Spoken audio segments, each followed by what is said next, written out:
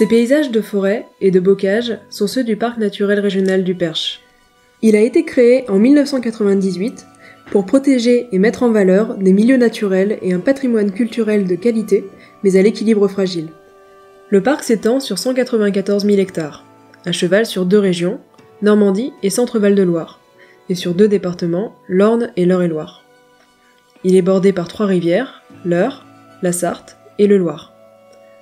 500 km de cours d'eau traversent le parc et la rivière Luynes en est la colonne vertébrale. Elle serpente dans ses paysages, traverse quelques villages, côtoie des moulins.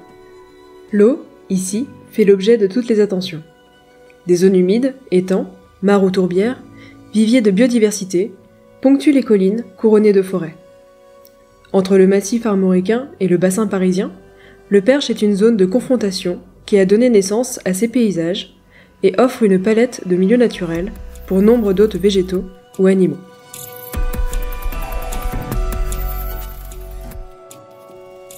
La carrière de la Mançonnière est un site souterrain situé à Rémalard-en-Perche.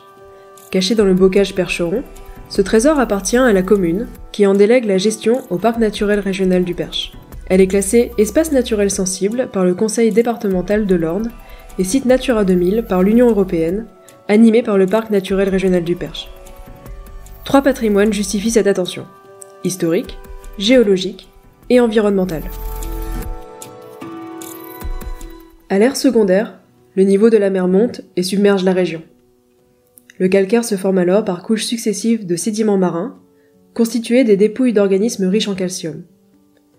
Ces sédiments sont ensuite tassés et compressés par le mouvement terrestre pour devenir une roche sédimentaire. Plus tard, l'érosion viendra rendre ces roches accessibles aux hommes. À la Mançonnière, une carrière est ainsi exploitée dès le Moyen-Âge jusqu'au début du XXe siècle pour fournir les pierres de construction. 2 niveaux d'exploitation ont fourni le matériau de construction de nombreux édifices, dont probablement l'église de Belloux-sur-Huisne. Les blocs de calcaire étaient sortis à l'aide de wagons, semble-t-il tirés par des chevaux. La carrière ferme après la Première Guerre mondiale, laissant sous terre de vastes salles, à la voûte soutenue par de massifs piliers calcaires. Le réseau ainsi formé couvre alors environ 1,5 hectare. Dans l'entre-deux-guerres, une guinguette s'y installe. Les danseurs profitent aussi d'une roseraie et de jeux installés aux abords. En 1951, la carrière devient une champignonnière. On y produit des champignons de Paris. En 1961, suite à des effondrements de la voûte, le champignonniste déménage ses installations vers un autre site et la carrière est abandonnée. Elle sert alors de décharge et de terrain de jeu pour diverses activités, jusqu'à ce que, au début des années 1990, elle attire l'attention des spécialistes de la géologie et des chauves-souris. Les géologues du Centre normand d'études du karst s'intéressent à la carrière de la Mançonnière dans les années 90. Ils vont y découvrir l'origine du karst.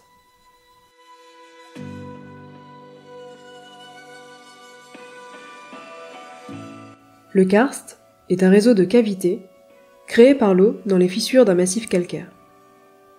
L'eau acide dissout la roche et la transforme, au fil d'un processus millénaire. Cette roche, ainsi digérée, finit par être emportée par l'eau vers l'extérieur du massif, dégageant ainsi grottes, gouffres et formant des rivières souterraines. À la Mançonnière, le processus s'est interrompu. La couche de sable qui surplombait le massif calcaire et l'alimentait en eau a disparu sous l'action de l'érosion. L'infiltration permanente d'eau dans les fissures du massif s'est alors tarie, interrompant le processus de digestion avant son terme. Les géologues ont alors découvert les fissures encore pleines d'altérite, sorte d'argile résultant de cette digestion. Des analyses de ce matériau et le déblaiement d'une partie du réseau ont permis de comprendre la formation des karsts pour la première fois au monde. À cet intérêt écologique majeur devait s'ajouter un intérêt naturaliste, reconnu par l'Union européenne, qui a classé la Mançonnière parmi les sites Natura 2000.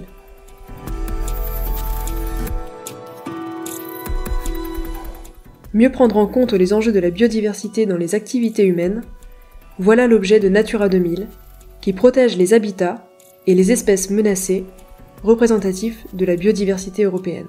À la Mançonnière, ce sont les chauves-souris qu'on protège. Les États sont chargés de la mise en œuvre de ce réseau de près de 30 000 sites. Dans le Perche, il en existe 8, dont 7 animés par le parc naturel régional pour protéger certaines espèces d'insectes, de chauves-souris, d'oiseaux, de plantes et des habitats naturels tels que les landes, pelouses calcaires, étangs et forêts. La Mançonnière est un site classé depuis 2004 pour la préservation des chauves-souris. Chaque année, jusqu'à 10 espèces de ces chiroptères, dont 6 d'intérêt communautaire européen, hibernent dans la carrière. Avec ses partenaires, le parc a réalisé des études et des travaux financés par l'État et l'Europe dans le cadre du Fonds européen agricole pour le développement rural. Les chiroptères tirent leur nom du grec chiro, la main, et ptère, l'aile. Grâce à cette main ailée, la chauve-souris est le seul mammifère capable de voler, tel un oiseau. L'aile de la chauve-souris est constituée d'une peau tendue entre les doigts, que l'on appelle le patagium, quand celle de l'oiseau est recouverte de plumes. La répartition des doigts dans l'aile donne à l'animal un contrôle en vol supérieur à celui de l'oiseau. Le patagium relie également les pattes arrière et la queue. Les chauves-souris prennent grand soin de leurs ailes en les nettoyant fréquemment. Elles sont essentielles à leur survie. La membrane des ailes se reconstitue très rapidement pour réparer les blessures. Leurs os sont très légers et souples, optimisés pour le vol. Le poids d'une chauve-souris percheronne varie de 3 grammes pour la pipistrelle commune à 40 grammes pour le grand murin. Une autre évolution importante est leur système de sonar qui leur permet de se repérer dans l'espace et de détecter leur proie. Les chauves-souris émettent des ultrasons à partir de leur bouche, inaudibles à l'oreille humaine. Les échos renvoyés par les obstacles sont réceptionnés par les oreilles, généralement assez développées.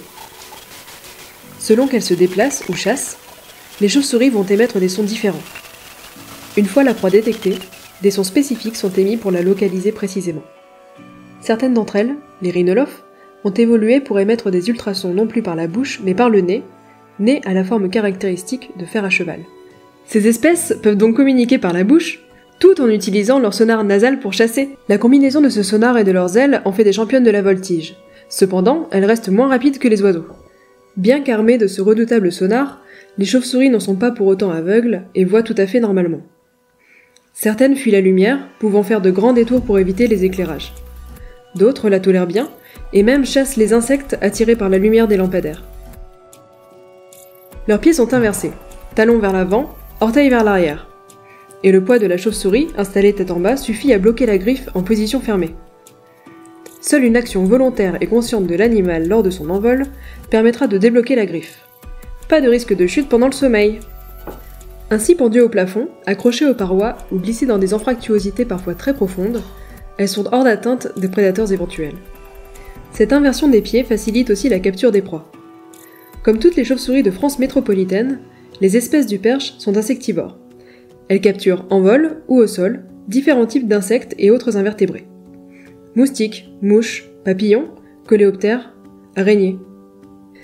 Aucune chance de rencontrer sous nos latitudes une chauve-souris vampire. À la mauvaise saison, lorsqu'elles ne trouvent plus assez de nourriture pour subvenir à leurs besoins, elles hibernent et vivent sur leurs réserves lorsque les oiseaux préfèrent migrer. Les chauves-souris emmagasinent avant l'hiver des réserves sous forme de graisse dans leur corps. Elles recherchent alors des endroits calmes et sûrs pour hiberner. Fissures, cavités et écorces d'arbres. Une partie d'entre elles recherchent des cavités souterraines où elles vont trouver des conditions idéales. Tout d'abord, une humidité atmosphérique élevée qui leur évitera de se déshydrater. Il leur faut également une température basse et assez stable. Les chauves-souris en hibernation diminuent fortement leur rythme cardiaque et respiratoire, ainsi que leur température corporelle pour limiter la consommation d'énergie. Enfin, les chauves-souris en hibernation ont besoin de calme. Un dérangement peut en effet leur être fatal. Le réveil et le stress qui en découlent va leur faire consommer inutilement leurs réserves de graisse. Réserves qu'elles ne pourront pas reconstituer à la saison froide, faute de nourriture disponible. La carrière de la Mançonnière offre toutes ces caractéristiques, ce qui en fait le deuxième site d'hibernation du perche avec plus de 800 individus comptabilisés. Barbastelle d'Europe, murin à oreilles échancrées, murin de Bechstein, murin de Natterer, murin à moustache, murin de Daubenton, grand murin, grand rhinolophe, petit rhinolophe et oreillard roux, on dénombre chaque année entre 8 et 10 espèces différentes sur les 18 connues dans le Perche et les 34 de France métropolitaine. Le site de la Mançonnière est également important pour la reproduction des chauves-souris. Elles s'y donnent rendez-vous à la fin de l'été et au début de l'automne, parcourant jusqu'à plusieurs dizaines de kilomètres. Par centaines, par milliers, elles entrent et sortent de la carrière et effectuent en vol des parades sexuelles tourbillonnantes. Après l'accouplement, les femelles de la plupart des espèces stockent le sperme en elles et n'ovuleront qu'à la sortie de l'hibernation, lorsque la nourriture sera suffisamment abondante, déclenchant alors la fécondation et le développement de l'embryon. Pour toutes ces raisons, la carrière de la Mançonnière joue un rôle très important dans la préservation des chauves-souris du Perche. Ce site nécessite donc d'être préservé de la dégradation et du dérangement des espèces lors de ces périodes cruciales. Voilà pourquoi il est fermé au public.